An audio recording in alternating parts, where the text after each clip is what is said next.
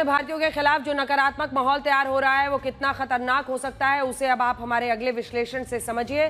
11 सितंबर को अमेरिका की ऊटा valley university में राष्ट्रपति डोनाल्ड ट्रंप के करीबी चार्ली कर्क की गोली मारकर हत्या कर दी गई थी और इस घटना के बाद से पूरे अमेरिका में अफरा तफरी मची हुई है। ये तस्वीरें हम आपको दिखा रहे हैं, लेकिन क्या आपको पता है इस घटना के बाद फेडरल ब्यूरो ऑफ इन्वेस्टिगेशन यानी FBI के डायरेक्टर काश पटेल कई लोगों के निशाने पर आ गए हैं और सोशल मीडिया पर कुछ लोग तो उन्हें इसलिए भी निशाना बना रहे हैं क्योंकि वो भारतीय मूल के हैं। न्यूयॉर्क टाइम्स ने इस पर एक रिपोर्ट छापी है जिसमें यह बताया गया है कि चार्ली कर्क की हत्या के बाद FBI डायरेक्टर काश पटेल ने एक वर्चुअल मीटिंग की थी और इस वर्चुअल मीटिंग में लगभग 200 FBI एजेंट शामिल हुए थे, जिन्हें काश पटेल ने यह कहा कि ये सारे एजेंट अपना काम सही से नहीं कर रहे और इनमें सॉल्ट लेक सिटी के FBI एजेंट से काश पटेल ने यह कहा कि उन्हें हमलावर की फोटो जुटाने में 12 घंटे का लंबा समय क्यों लगा। लेकिन कहा जा रहा है कि इस वर्चुअल मीटिंग के बाद FBI के अंदर खाने भी काश पटेल के खिलाफ कई लोगों में नाराजगी सामने आई थी और राष्ट्रपति ट्रंप के समर्थन में भी उन्हें अपना निशाना बना रहे हैं और यहां भी जानबूझकर सोशल मीडिया पर उनके भारतीय मूल का होने का मुद्दा उठाया जा रहा है।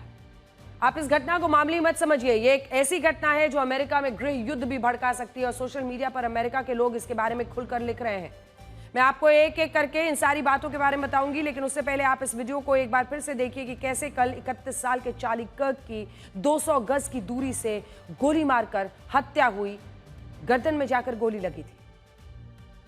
राष्ट्रपति डोनाल्ड ट्रंप ने बताया है कि चार्ली कर्क की हत्या करने वाला संदिग्ध हमलावर पुलिस की हिरासत में है। इसका नाम है टायलर रॉबिन्सन, उम्र है 21 साल। राष्ट्रपति ट्रंप ने कहा है कि वो चाहते हैं कि इस हमलावर को मौत की सजा मिले। सुनिए।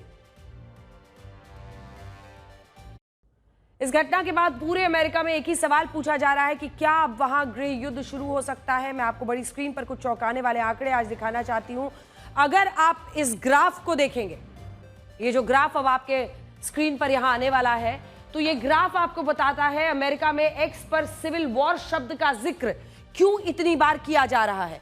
यह बात अमेरिका की हो रही है। चार्ली कर्क की हत्या के बाद अमेरिका में एक्स पर ऐसी पोस्ट और रीपोस्ट बढ़ गए हैं जिनमें सिविल वॉर यानी गृह युद्ध का जिक्र है। चार्ली कर्क की हत्या से पहले सिविल वॉर से के 15 से 20 मेंशंस होते थे, लेकिन 10 सितंबर को घटना वाले दिन ये 1 लाख, देखिए कैसे यहां पर 1 जुलाई को, 13 जुलाई को, 26 जुलाई को सिविल वॉर को लेकर चर्चाएं होती रही हैं सोशल मीडिया पर, लेकिन जैसे ही 9 सितंबर को यह घटना घटती है उसके बाद देखिए ये कैसे ऊपर बढ़ रहा है और फिर 11 सितंबर को ये 2,10,856 मेंशंस मिले हैं।